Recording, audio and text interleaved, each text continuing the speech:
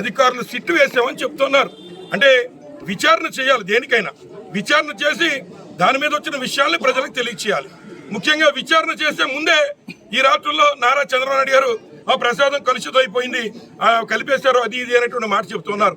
ఆ టైంకి మీరే ముఖ్యమంత్రిగా ఉన్నది ఒకటో పాయింట్ అయితే, రెండో పాయింట్ మరి ఏదైతే మరి ఎప్పుడో మరి సుమారు 2 నెలల క్రితం ఈ నివేదికలన్నీ వస్తే అప్పటి నుంచి మీరు తిరుమలలో మరి టెస్ట్ చేయకుండా ఒకవేళ ఎవరైనా మరి ప్రసాదాల్లో నెయ్యి కలిపి ఉంటే వారి మీద మీరు ఇప్పటివరకు ఎందుకు సస్పెన్షన్ చేయకుండా మీరు నిమ్మక నీరెత్తినట్టు ఉన్నారని చెప్పి మేము మిమ్మల్ని ఇవాళ మరి సభాముఖంగా ప్రశ్నిస్తూ ఉన్నాం.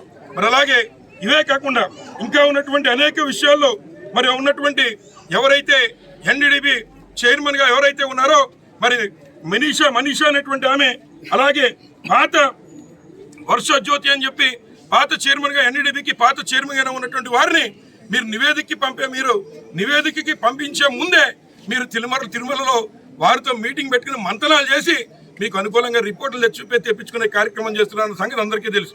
ఇవాళ ఒక్క కామన్ సెన్స్ పాయింట్ అడుగుతున్నా, అదేమిటంటే ఏదైనా జిల్లా కోర్టులో ఇబ్బంది వస్తే హైకోర్టులో వేసుకుంటాం, హైకోర్టులో ఇబ్బంది వస్తే సుప్రీంకోర్టులో వేసుకుంటాం.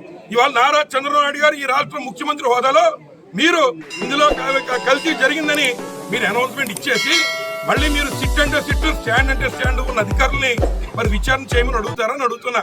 ఎక్కడైనా కలెక్టర్ జడ్జి ఒక స్టేట్మెంట్ ఇచ్చిన తర్వాత కింద ఎంఆర్ఓ వచ్చి దాన్ని సరిచేస్తారా అని అడుగుతున్నా. మరి చేత మీరు సిట్ అంటే సిట్, స్టాండ్ అంటే స్టాండ్ అధికారులు ఎవరైతే ఉన్నారో వారిని వేయించుకునే విచారణ మీద ఈ ఆంధ్ర రాష్ట్ర ప్రజానీకానికి కానీ ఆ సాక్షాత్ వెంకటేశ్వర స్వామికి కానీ నమ్మకం లేదు.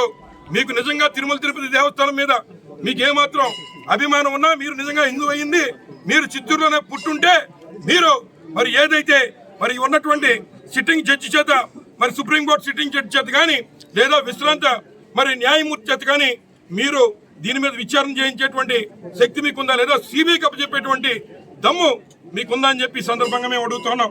మరి అలాగే ఏదైతే హెరిటేజ్ రేట్లు పెంచుకోవడానికి మీరు చేసిన కార్యక్రమం ప్రజలందరికీ కూడా తెలిసింది.